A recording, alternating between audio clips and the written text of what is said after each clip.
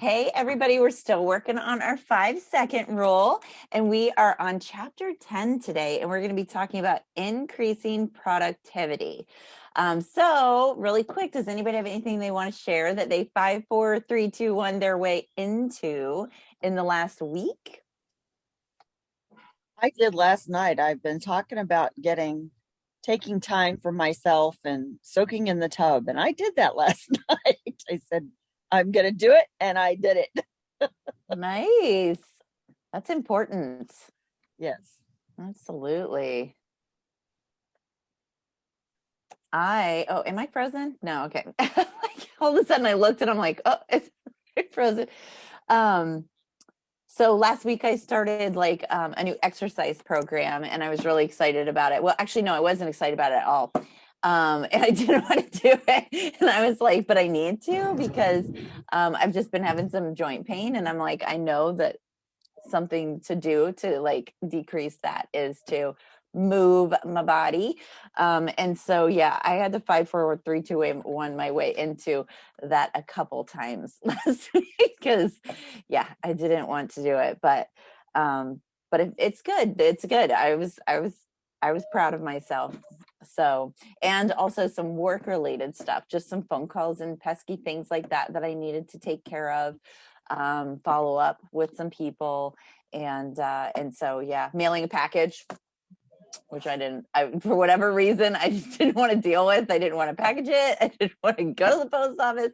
I didn't want to, print it up, even to have it picked up on the front porch. I just didn't even want to deal with it, but I did because I was like, okay, just do it. It's going to take you 5 minutes. Like, just get it done.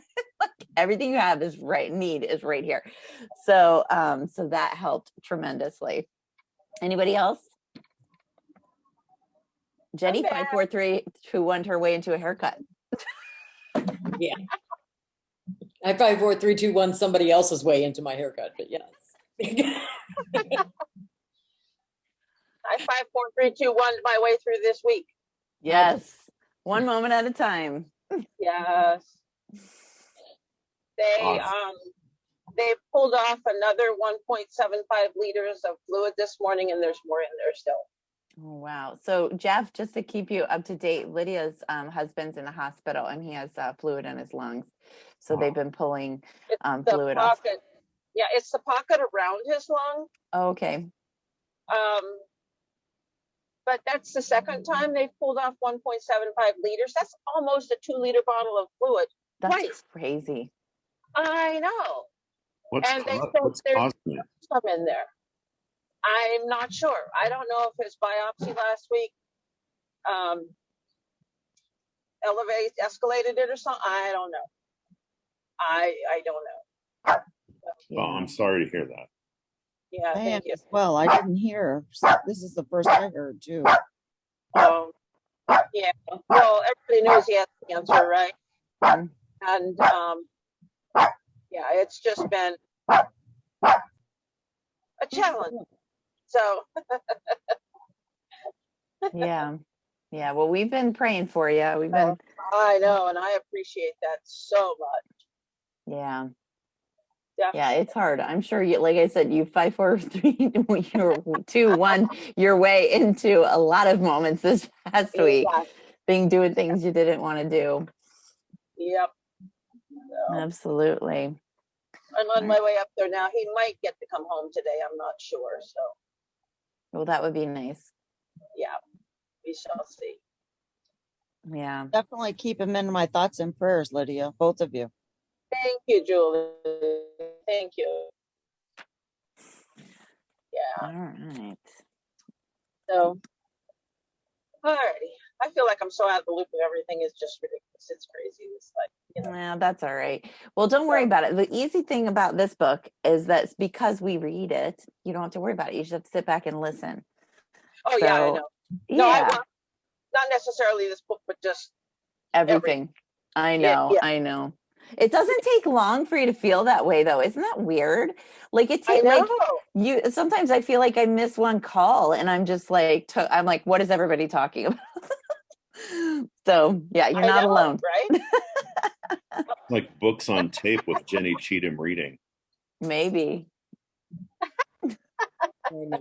She's like, Should no. record some little golden books, Jenny. There we go. Life lessons with Jenny Cheatham.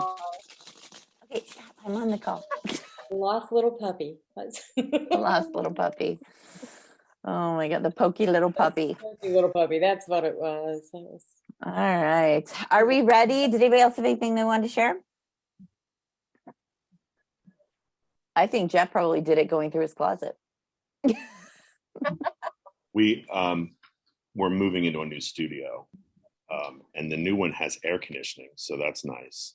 And it's not a 125-year-old warehouse, so there's no dirt. I took pictures. I can't post them on here, but there've been raccoons in the studio multiple times. no. There were raccoon footprints on top of some of the storage totes that were way up on top of the racks. So What? it's a little crazy. I'm glad to be getting out of there. You're lucky Good. if it was just, you're lucky if it was only footprints that they. They chewed up one of Tom's garden train boxes that one of his cars was in, and I don't even know why. We don't keep anything edible or any food type stuff over there at all. But yeah, it was a long week and a half. He took a week off, and we moved. And it was the week of like 90 some degrees and high humidity and pop up thunderstorms. So it was just nonstop fun. Nonstop fun. I love it. All right. So this week we're talking about increasing productivity. So Jenny, you want to take it away? All right. Nothing will work unless you do. Productivity can be boiled down to one word: focus. There are two types of focus you need to master productivity. First, the ability to manage distractions so that you can focus moment to moment on the task at hand. And second, the skill of focusing on what's truly important to you in the big picture so you don't waste your day on stupid stuff. We're going to explore both types of focus, take a look at the latest research on the subject, and learn how to use the 5-second rule to master the skills of focusing your time on what's most important and managing distractions when they pop up. Get serious about managing distractions. Managing distractions is like following through on health goals. You're never going to feel like it. You just have to make yourself do it. You already know that being addicted to your phone, texting, and answering emails is a distraction, but stopping it feels impossible. Even though you know you should turn off pop-up alerts, silence your phone, and stop checking email every 5 minutes, this knowledge doesn't change your behavior. I could bury you with research about how bad this is, but it wouldn't change your behavior. This is where the 5-second rule comes into play. You don't have to want to do it, you just have to push yourself to do it. First, you must decide that distractions are not good. Interruptions of any sort are the kiss of death to your productivity. Research shows open office spaces are a nightmare for focus. Checking email can become an addiction because of what behavioral researchers call random rewards. You have to decide that your goals are more important than push notifications. It's that simple. Then you just remove them. I'm not claiming this is rocket science. I'm also not going to tell you that it's easy, but I promise you that if you use the 5-second rule, you'll actually do it. When you start to remove distractions and are able to focus on the moment-to-moment things that matter, you will have no idea how much it will help. As Karen wrote, you have no idea how much you've helped me. No idea every single day from the bottom of my heart. Thank you. Recently, I was talking about this with my high school daughter, Kendall. She loves social media, but would spend so much time on her phone, it was seriously distracting her from her schoolwork. Plus, it was making her feel insecure to constantly compare herself to the social media posts of celebrities and supermodels. Just like you and me, she knew that social media was making her less productive when she needed to focus on homework. Excuse me. Kendall decided that the best way to manage the distraction of social media would be to get rid of temptation. So she deleted photo sharing apps, Instagram and Visco from her phone. In her words, after deleting it, it dawned on me how unimportant this stuff is to my life. When the apps were on my phone, it was an involuntary action to click on it and look. Now that the apps are gone, I don't have the urge to look it over. And distractions are not only in the form of technology and social media. Sarah found that her clutter was a major distraction in her life and decided to take action. She used the rule to beat emotional hoarding and 54321 and donated, recycled, sold, and also trashed so much stuff.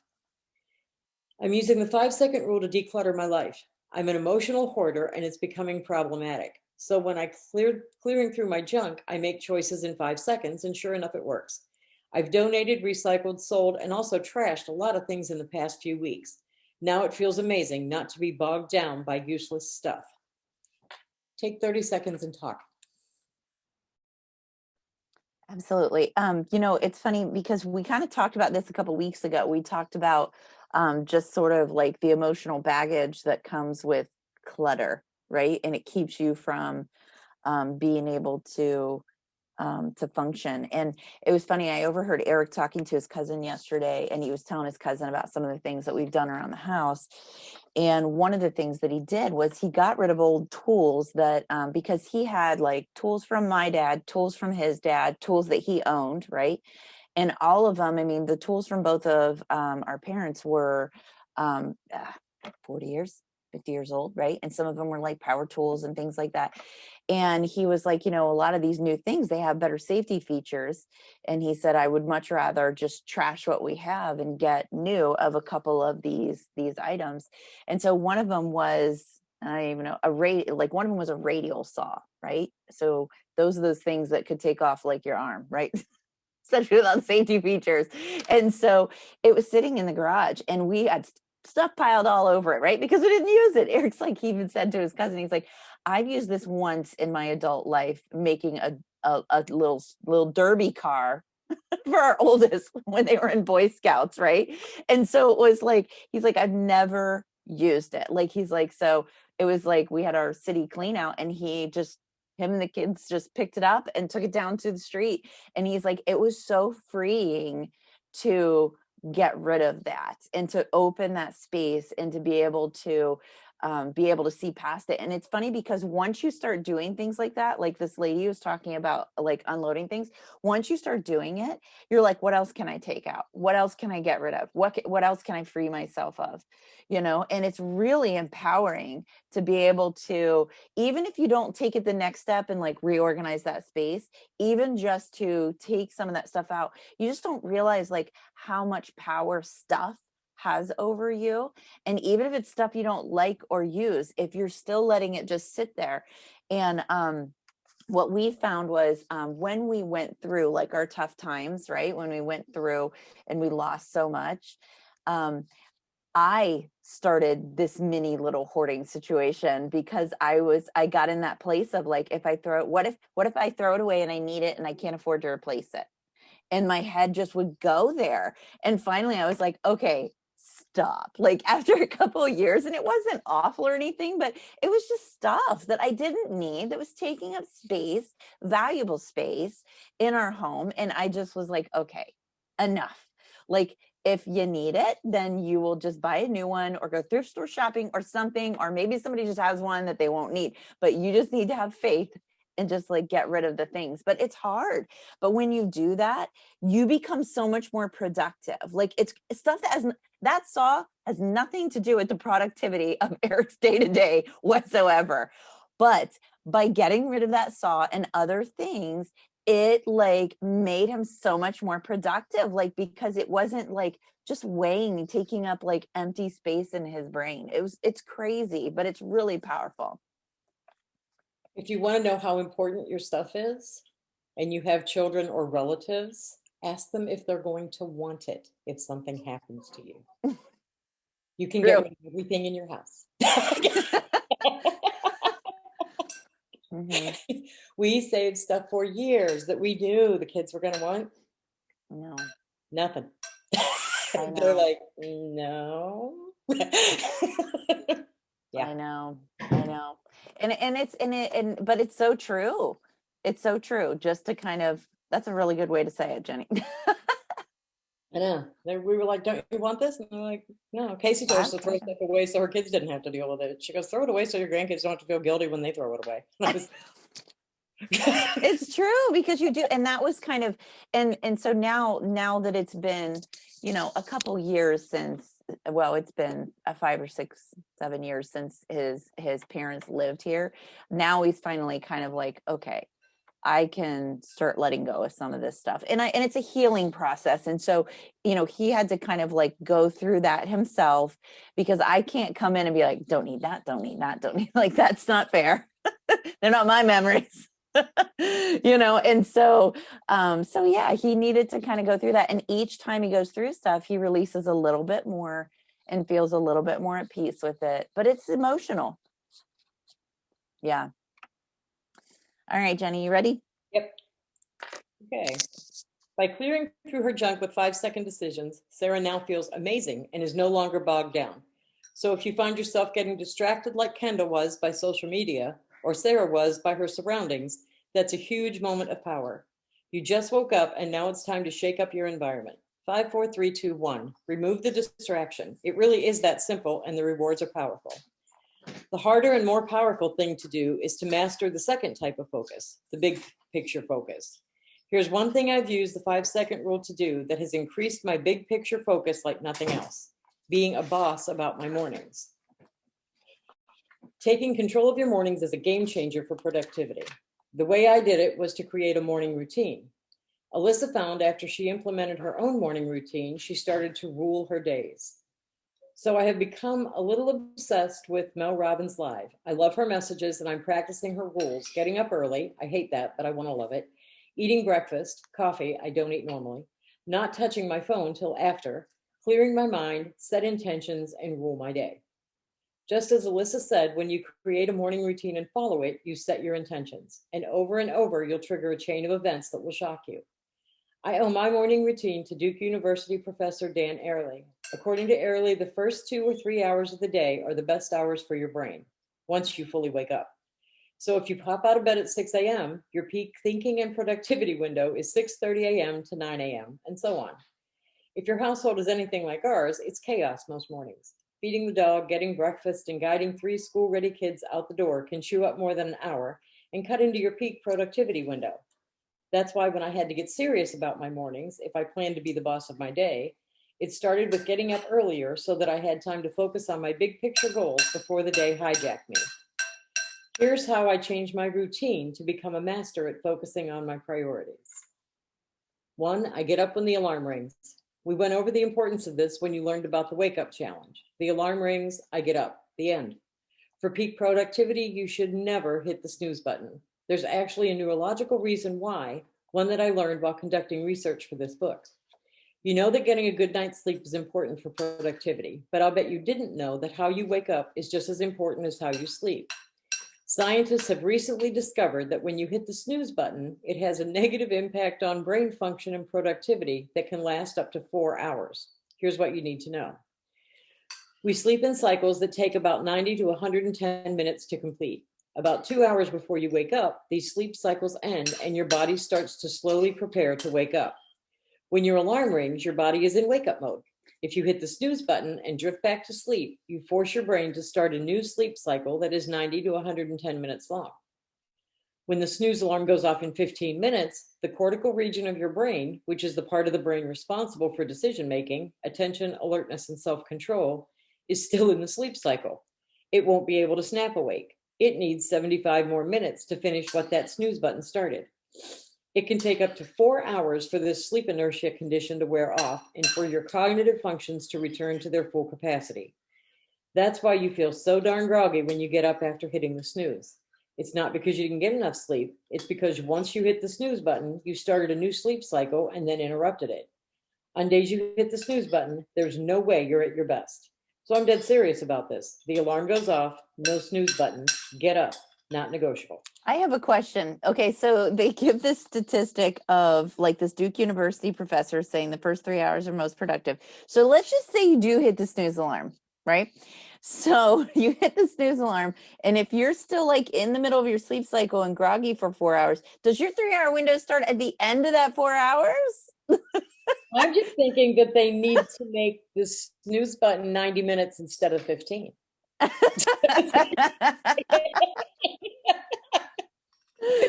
So when it goes off at 6:30, you don't really have to get up till 8 o'clock. Perhaps. And then you got 3 hours to go. You got 8 to 11 where you're just awesome. On fire. I like that. Not that we're doing it wrong. They just programmed the phones wrong. That's all I got. That's it. It's not us, it's them. So it's funny, my oldest actually started going to this website and you like put in what time you're going to wake up in the morning, and it tells you what time to go to sleep to be at the proper time in your cycle to wake up. And it seems to be working. I'm like, okay. And because, it's always, oh, my friends told me. I mean, it doesn't matter what I say, right? I can say, oh, my friends told me and they all use this and I'm going to try it. And I was like, well, that's just great. Anything, something to get you out of bed, but yeah, it seems to be working, but it's interesting. But I think like, I don't know. I'll have to ask. Because the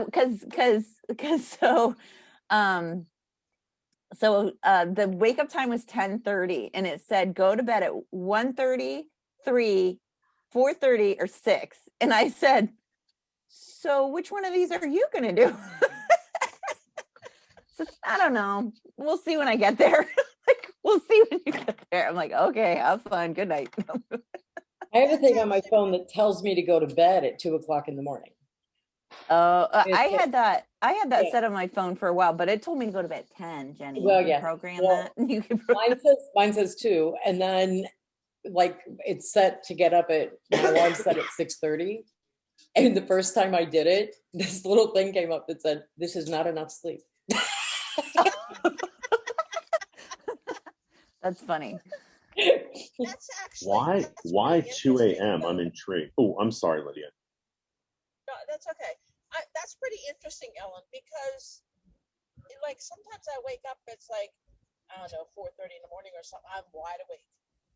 And Mhm. it's like, well, it's too early to get up, and you go to sleep for another hour or two, and then it's like, I am so tired. I just need more sleep. I know. Well, that was the thing that I found, okay, let's think about Jubilee, right? So we go to Jubilee and sometimes we go to bed at 11 o'clock and sometimes we go to bed at 3 in the morning. Sometimes when you go to bed at 3 in the morning, when you wake up, you feel like you got more sleep than when you went to bed at 11 o'clock. And you're just Right. like, well, that worked out. Phew, phew.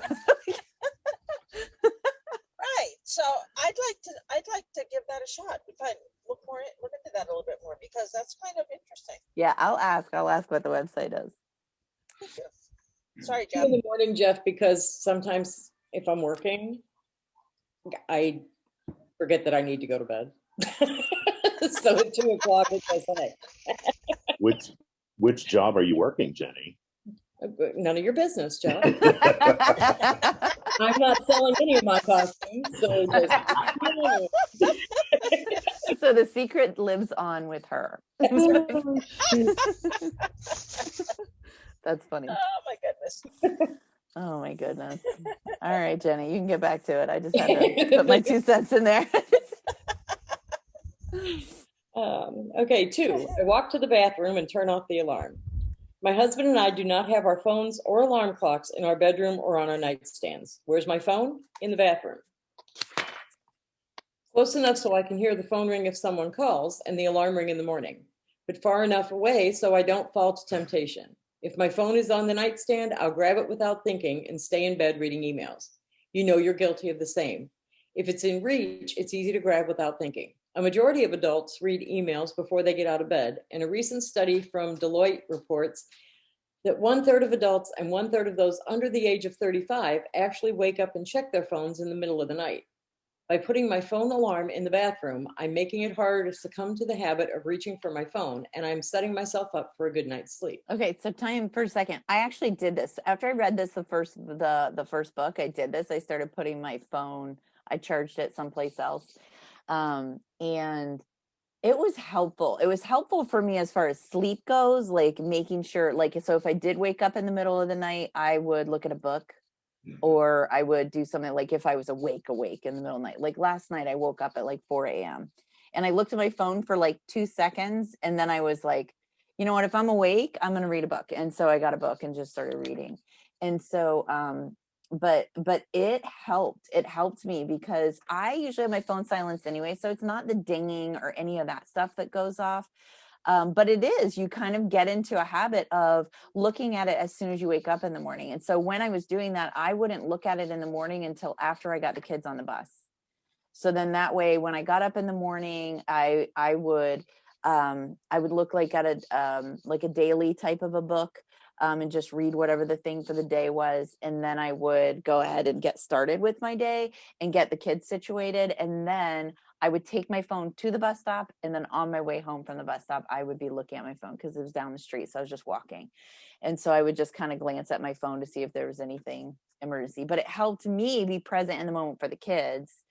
And also sometimes you look at your phone and there's a fire, right? There's a fire that needs to be put out. And immediately I'm not present for the kids because I'm too busy dealing with whatever this mess was that went on while I was sleeping, you know? And so yeah, it helped a lot. Like, it helped me. Now I know it wouldn't work for everybody, but even if you think it wouldn't work for you, it's worth a shot just to try, you know, because it helped just kind of settle my mind and help me just kind of not be so. And it also broke the habit of, and it kind of broke me of that dependency on my phone, because I'm sure all of us can have to admit that there are times when we're just sitting there and we just start like mindlessly scrolling and looking at emails or looking at Facebook or doing whatever. And sometimes it's almost like a reflex. You don't even realize you're doing it. You're sitting in a group and you pick up your phone and start. Right. And then it's like, oh shit, there are people in front of me. I gotta put this down. You know, and It was so amazing that you're just, you just don't even realize you're doing it. And so it was like, and I caught myself a couple different times doing that. And I was like, that is not okay. That's not okay. Whoever's sitting in front of me, they took the time to sit in front of me. I need to put this down. And so, I'm trying to be very conscious of that. But it helped, like I said, in the mornings, because then my kids were getting my full attention, but also I didn't find them doing the same thing. You know, because the older two did have phones by that time, you know, and so they weren't sitting there doing the same thing. I'm sure Ella, as soon as she got on the bus, she was checking her phone, you know, checking it from the night before so she could catch up on everything before everybody got on the bus and started talking about everything, you know. And so, but yeah, I mean, it's interesting. I challenge you just to try and see what happens, and just take note of the difference that it makes for you. And you may not like it, right? You may be like, well, now I keep missing my alarm or whatever, you know. I actually have an actual alarm clock, but I just don't use an alarm clock because everybody gets up in the house and it wakes me up. It doesn't take much to wake me up. So James coming in the morning at 6 a.m. wakes me up, you know. So I was just going to say, what do people do with regular alarm clocks? Do people not have regular alarm clocks anymore? A lot of people don't. A lot of people don't. I have it because I want to wake up in the night and look to see what time it is. That's the only reason why I have it. I don't set the alarm. But yeah. Dwayne has a old fashioned alarm clock, and it goes off every day at 6 o'clock. And even though he has his phone there, he uses an alarm clock. Yeah. He has for years, so he doesn't use his phone. And that was something in one of the Mel Robbins things that I was listening to at the time. Because Jenny, was that when I think maybe it was when we were they did that challenge at the beginning of the year, 30 days something. And so one of the feedbacks, people were just like, well, what do I do for an alarm if my phone's like in the hallway, you know? And it was just like, you can go to the dollar store and get an alarm clock, I'm sure, you know, like it's not the end of the world. That's not the only way to wake yourself up. But it was interesting because she gets a lot of pushback on that. What if there's an emergency? What if there's this? And so that's when she said, I leave mine's turned up, but so I can hear it if somebody does call me in the middle of the night. And so it's across the room. Yeah. You know, like if it's on your dresser instead of your nightstand. I think her point is don't put it where you can just reach over. Yeah. Yeah, absolutely. Because our alarm clock, when I used an alarm clock, it was across the room on the other side of the room because I had to get up and turn it off. And once my feet hit the floor, I was good. And I had to get up at 4:30 in the morning to go to work. So if I would have had a snooze button right beside the bed, I would have had a job for about a day and a half. So it's not have been like, nope, not happening. But yeah, and the phone too. You know, if you put it on the dresser to where you actually have to get up to turn the alarm off, you're up. you know? Yeah, most people, yes, I agree with that. Yeah. And with phones, I don't know about Apple, but my Droid, I can custom the calls that come through. Yeah. Yeah, I can take 5 people that I want to hear from if there's an emergency, yeah, and their call will come through and nothing else will. yeah.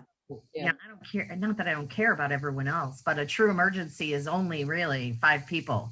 Right. Exactly. Absolutely. It's in the middle of the night emergency. Right. Is Like if yeah. somebody can't put an order or a recruit in, I don't care what time that I don't care. I don't. Well, and True emergency, you can schedule, I mean, you can custom your phone to let those calls through. Yeah. I think it's really important, not only just business wise, but everything else wise, to be able to wait to answer some of those things, because the more you answer them immediately, the more they expect to be answered immediately. Absolutely. Yeah. Yeah. So if you're answering texts and things at 2 o'clock in the morning, the next night at 2 o'clock in the morning, they'll text 10 times because where are you? You know, I know. Yeah. And you I train people. Yeah. intentionally don't get on Facebook or Messenger after about 11 o'clock at night, because if people see you on there, then they think Well, you know what? I think we talked about this on there. Like you can see Messenger come in yeah. and you can see who it is. And I think it's on one of it. If it's either computer or phone, I can't remember which, you can actually start reading like the first 5 or 6 words without opening it. Mhm. What people have just gotten so, I don't want to say rude, but rude on thinking because it's virtual, they can contact you any time of the day or night for whatever. Well, remember back in the day, you didn't call people after 9 o'clock because Yeah. you were going to like get people all in a frenzy. I don't open Messenger. Yeah. Text you can open and people don't know, but I don't, I have hostesses sometimes messaging me at like midnight. I'm like, no. And I don't open them until, the following day when it's like a business hour. And when you have people in different time zones, it's difficult for them to remember sometimes, I think. I guess time zone is a different issue, but not when you're in the same time zone as you. Yeah. Now I will admit that sometimes when I'm up very late and I'm working, I will send either a text message or a messenger to someone, like that I need help from or something like that. I don't expect them to answer until the next day. But if I don't do it while I'm in the moment, then I forget and I won't do it. Yeah, I agree with that, Julie. This is what I tell my team when somebody's new and I'm working with them really closely or whatever. I tell them, I'm like, you can message me any time of the day. I said, if I'm sleeping, it won't wake me up and I will message you back as soon as I wake up. And I said, but I'm in bed by 10. And whether or not I'm in bed by 10, it doesn't matter, and I tell people too, like if because I see it too, Lori, I see like a little snippet come through and I'm like, okay, is this important? Nah, it's gonna wait till the morning, right? It may be important for them right now, but it's not the end of the world. And if I give them a little bit of time, they might actually figure it out on their own, which happens a lot. So I glance at it. And then if it is actually important, my message is always the same. Oh my goodness, I'm so glad you caught me. I'm usually asleep by now, but I happen to see your message and I wanted to let you know, blah, blah, blah, whatever it is, right? But every time I let them know, this is abnormal. Don't expect me to respond to you at 10 o'clock at night, especially a new consultant, because I don't want them to think that this is okay. But that's exactly what I do. And I make sure that they know that, so then that way that, again, I'm training them, but I give them permission to message me any time of the day. I'm like after 10, I'm most definitely sleeping and I'll get back to you in the morning. But if you're thinking about it and you want to make sure you don't forget, just send me a quick message, cause I don't look at it. I glance at, like Lori said, I'll see the notification come through and I'll glance at it and be like, I can wait. So when she was talking about having like the people for your emergency contacts that can get through any time of the night, the people on mine are people that I know aren't going to call me at 3 o'clock in the morning to say, Unless, yeah, what's right, It's exactly. going to be an emergency if they call me at that point in time. Absolutely, absolutely. All right, okay, Jenny, let's go ahead with number 3. Great. I brush my teeth and focus on the day ahead. I use the 3 to 5 minutes of time that I spend washing my face and brushing and flossing my teeth to focus my thoughts on what I really want and need to do for me and my big picture goals. This is not a to-do list. This is a must list. It's a moment when I consciously collect my thoughts and think of 1 or 2 things I might not feel like doing, but that I must do today for my goals, dreams, and business growth. Researchers call this SMART goals: specific, measurable, achievable, realistic, and timely. I just call them 2 things that will guarantee forward progress on things that matter to me. It's usually the crap I don't feel like doing, just as Morphin described. I watched your TED Talk, woke up 1 hour earlier, and will finally force myself to do some crap I don't feel like doing. Worth it, thanks. Number 4, I get dressed, make my bed, walk into the kitchen, and pour a cup of coffee. Have you noticed what I haven't done yet? I haven't looked at my phone or gone online to check email. Why? Because I know that the second I do, I will lose my focus. The moment you check email, read the news, or surf social media, someone else's priorities jump in front of yours. Do you think that Bill Gates and Oprah are lying in bed scrolling through social feeds? Nope, and neither should you. You must put yourself first, so do not check email until you plan your day. I write down my 1 to 3 musts and why they are important. In my cheapo daily planner that I bought in an office supply store, I jot down the 1, 2, or 3 things that I feel I must do today that are for me. There are a couple of reasons why this is important, why this is an important step. 1, because I'm a visual person, and 2, according to research by Dominican University of California psychology professor Dr. Gail Matthews, by simply writing down your goals, you are 42% more likely to achieve them. Having them written in my planner means that I'll see them throughout the day and be reminded to act. Having the why statement reminds me of why these goals are important and gives me an added push. If I put them in my electronic calendar, I forget about it. Half the time I walk into a room and can't remember what I walked in for. So I stock myself with my musts by keeping them written down. When they're in my planner, which is something that I look at throughout the day, I'm cued visually. Seeing my musts reminds me to do these tasks. You can do this in a notebook, in your calendar, wherever. Just write them down and keep them with you like Sharon does. Okay, number 6, I plan my day and take 30 before 7:30 a.m. I plan and often execute the most important musts first before I check my phone or go online and check email. I do this using a tool I call 30 before 7:30. I take 30 minutes before 7:30 a.m. to plan out my day. During this time block, I either start working on my 2 or 3 musts, or I schedule time to get them done later in the day. If I'm home, I try and start this planning session at 7, when the last one of our kids leaves on the bus. This 30 minutes are critical to my success. By setting up your day to make sure that you focus on the right things, as Jeremy does, you prime yourself to be much more productive and successful in accomplishing your goals for the day. I've been using the rules so much lately, it's helped me be so much more productive, and it helps me focus on the right things. Thank you so much. The concept of 30 before 7:30 cannot be done once you walk into the office. You must do it at home or at your favorite coffee shop or on the train or sitting in your car in the parking lot. I'm not kidding. The moment you walk into your office and answer that first email or take that first call, your day is gone. Professor Soon Carlson studied how CEOs get so much accomplished. What's the secret to these high-powered executives? They worked at home for 90 minutes because there was some chance of concentration. At work, they reported being interrupted every 20 minutes. And what did I tell you about interruption? It's the kiss of death to productivity. Why else is it important to plan and do the most important stuff first thing? Remember, as Dr. Early told us, the first 2 to 3 hours of the day are the best hours for the brain to focus on the tasks or goals that advance your own personal or professional goals. Filling that time with unimportant stuff is stupid. Answering emails, taking phone calls, and sitting in meetings have a way of taking over your schedule and rarely lead to making major improvements in your life. For your own happiness and to protect the time necessary to focus on the deep work, the first few hours of your day must be grabbed by you for you. Fight for it. If you work on 2 things you consider important, you're making progress on projects that matter and are winning the long game. Waking up early and planning out your day has huge benefits.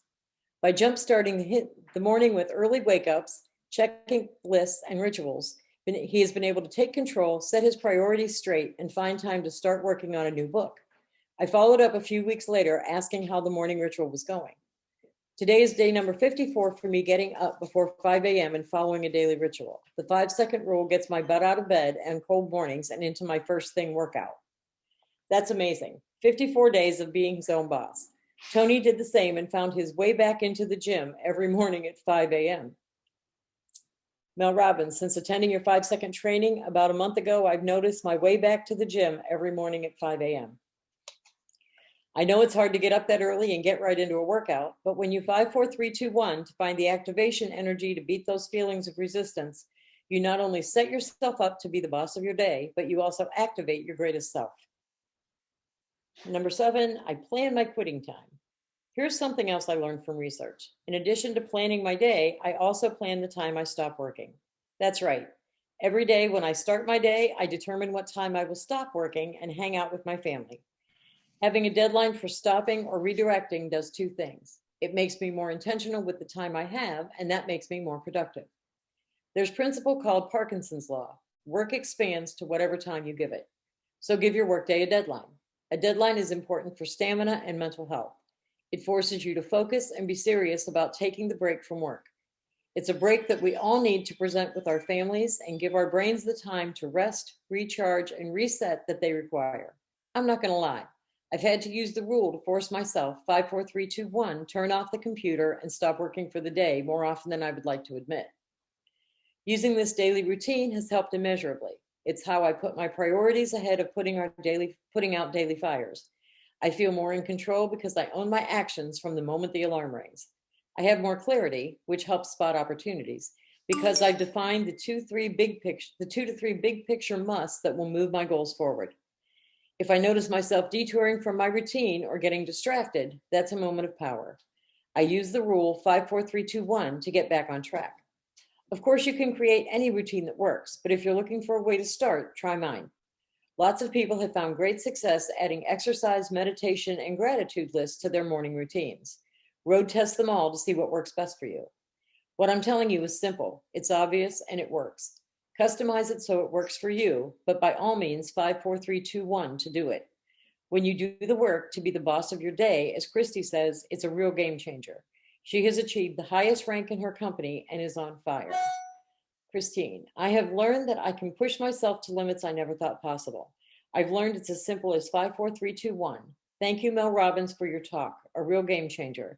I have learned that no matter what you want, if you work hard enough, it will and can happen. I've met some of the most amazing people that have achieved the highest rank possible within our company, and I have learned so many tips and tricks to work my business. My mind is spinning and on fire.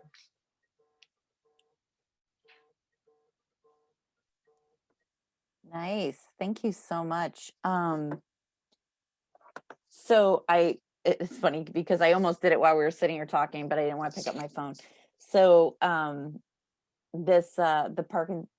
Parkinson's law about your work expands whatever time you give it. Yes. You know what I find too also is I set out the day, and sometimes I finish my work early.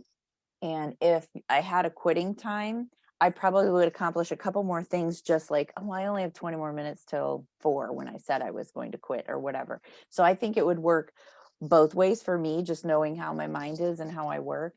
But Eric is a prime example of your work expands to whatever time you give it, because he will work and work and work. And since he's working from home, I have to go in and be like, hey, it's 6 o'clock. Shut it down. Like, I feel like I'm with the kids at night. I'm like, hey, it's midnight, shut it down, and I'm just like, it's 6 o'clock, shut it down, and it's hard because it just kind of, and so I was thinking about him when you were reading that, Jenny, and I was like, yep, I'm going to take a picture of that and just send him a nice little text message. Read that, buddy. I think it's harder with our kind of job that it will blend into whatever time you give it. So, because you could be working anytime, nighttime, Yeah. Because we usually have stuff to do at night, like Zooms and things. So I mean, I guess that's part of our work, but all the other stuff, you know, I started this month on a new schedule. I do give myself a quitting time. Like I'm going to Yeah. stop my computer at this time and get up and go do something else. Otherwise, you just think, okay, well, I got time to do that later. You know, I was going to send out those emails or whatever. I can do that later. And before you know it, you know, especially if we're on Zooms or something, we're done at what, 9:30? And Mhm. like, who wants to get back on at 9:30 and do the stuff that you just gave yourself permission to not do earlier in the day? So Mhm. it does help to set a deadline and to, you know, because you know, it has to be more like, you know, what your hours are. Otherwise, because we're home working, it could be 22 hours a day, just Mhm. out with other stuff like family stuff thrown in. Mhm. And that's not really a balance. Yeah, Well, and I especially think with the the nights, oh, sorry, the nights that we know we're gonna be like on Zoom from 8 to 10, then you just take time off during the late afternoon or early evening because you know you've got to go back to it. So you know, you grab those 2 hours from the middle of your day maybe and say, listen, I can't, you know, I can't do family time tonight from 8 to 10, but we could have dinner at 5 and just, you know, put my phone down and yeah, not me personally, but you know, Or me either. it could work somewhere, maybe.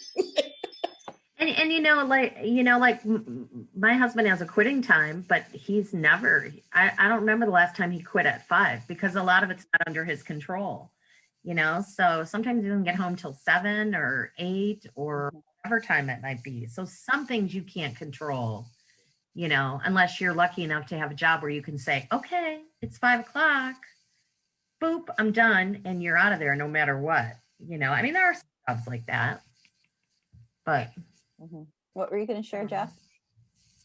I was going to say, in a virtual world, sitting in front of a computer screen for meetings and stuff, you have to get up physically. You need to get up and move and get away from it because otherwise you're just setting yourself up for all kinds of aches and pains later. So Mhm.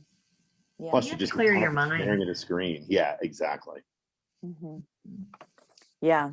Yeah, I agree. The other thing that I think is really powerful is taking that 30 minutes in the morning to plan your day and just to sit down, even if it's just like, it doesn't, when people talk about morning routines, just know it does not have to be every morning. I wake up at 5 a.m. I meditate for 10 minutes. I then go do this and I do that. It does not have to be something. You have a routine, right? You have a routine that you typically, you get up, you check your phone, you go get the coffee, you let out a dog, you do, like, you know what I mean? That's a routine. And so I've done a lot. Like for years I was like, this is the year I'm gonna have this amazing morning routine and it's happening and it's so powerful and I'm gonna be that person that starts my day like millionaires, right? And it never happened. And then I would be so upset with myself. I'm like, seriously, what is your problem? Why can't you follow this simple routine? You know? And so there is a book, The Miracle Morning. It is a really, really, really good read. They have Miracle Morning for like moms, for this, for that, blah, blah, blah. Right. I have one that's a Miracle Morning for network marketers. And what's cool about it is they talk about the science behind like having a morning routine, right? But then they interview like really successful people in whatever the field is, or if it's just general, they do just a general, and they give examples of these people's morning routines. Some of them I'm like, whoa, like that is like a Tony Robbins thing, right? They like get out of bed and they do an ice bath and they do like, it's like hardcore stuff, right? But some of them are really like, just, you know, like I get up and I pour myself some coffee and I sit on the sun porch and I make a list for my day or whatever, you know, and that's a routine, you know? And so, but just kind of like, there's comfort and there's also, I mean, think about it. Okay, if you take a medication in the morning, how good are you taking your medication if you're off your routine, right? You're like, shit, did I take that? Did I not take that? I can't remember. Right. And so that's where the routine really falls into place. So whether or not you realize that you do have a routine, but if nothing else, right? Maybe your routine is get out of bed and go to the bathroom. Okay. That's okay. Right. So maybe that's your routine, but after that, just you can even get back in the bed, okay, and just have a notebook there and just make a list of like, these are the things that are of top importance to me today, and so I like to make that list the night before, because that's when my mind's racing and I'm thinking about all the things I have to do, and then by the morning I forget all those things, and then I'm like, gosh, there was somebody, I can't remember, and so I do it the night before. But I think that is one of the biggest things that you can do, is to get up and like do something on your list right away, or to do something. And she talks about planning her day. It takes 30 minutes before 7:30. That's when I have the best days, is when I take that time to just sit down and just think, not just like mindlessly turn on the news or something like that. I'm thinking about my priorities, not whatever the top headlines are of the day, or whatever it is you do in the morning. Even if you just, like, my kids get up and they watch YouTube. They get up, they watch YouTube, or they turn on Netflix or whatever as they're eating breakfast. Because, I mean, you don't even need a TV anymore. Let's be honest. You just need an iPad. They carry it around with them everywhere. That's what they do. And so, but it's so that I would say planning the quitting time and taking this 30 minutes before at the beginning of the day to just kind of plan out the most important things to you, I think are two of the most important things when it comes to any sort of a morning type of routine. The rest of it, yeah, if you want to read the Bible, you want to do all those other things that all these like people say they do, go for it. But or get up and like do like some CrossFit or something, like, no, but go for it. But I mean, don't not do a morning routine. Don't not add these two things to your morning routine because you're not ready to get up at 5 a.m. and go work out, or you're not willing to take an ice bath, or you're not willing to, and so just just keep it really simple. And that's what I've like, once I finally realized that, and then I started noticing what my morning routine is. And my morning routine typically is, I get up, I take my medication. It's on my nightstand because I take it 30 minutes before I eat or drink anything. So I do that first. And then I usually pick up a book and I just kind of take a look at a book, whatever's on my nightstand. I've got a ton of books on my nightstand. I'm always reading like 5 different books. So it's just whatever I feel like reading in that moment. I'm always reading a parenting book. There's always a cookbook on my nightstand. I don't know. And there's always like an actual pleasure book, like a novel, something like unrelated to everything. There's always something like this is on my nightstand, just like, so I'll just look and be like, well, I think I'll read a little bit of this. And I just kind of glance through it, but then I look at my list and I'm like, okay, what is it that I need to do? And then I get out of bed. And now what happens after I get out of bed is whoever's awake and talking to me, that we go where that flows. But, but recognize what your morning routine is, and then figure out what you want, like add one thing to it, add this 30, taking a couple of minutes to figure out what your priority for the day is, or maybe make a plan to do something on your list in the first 30 minutes, or something like that.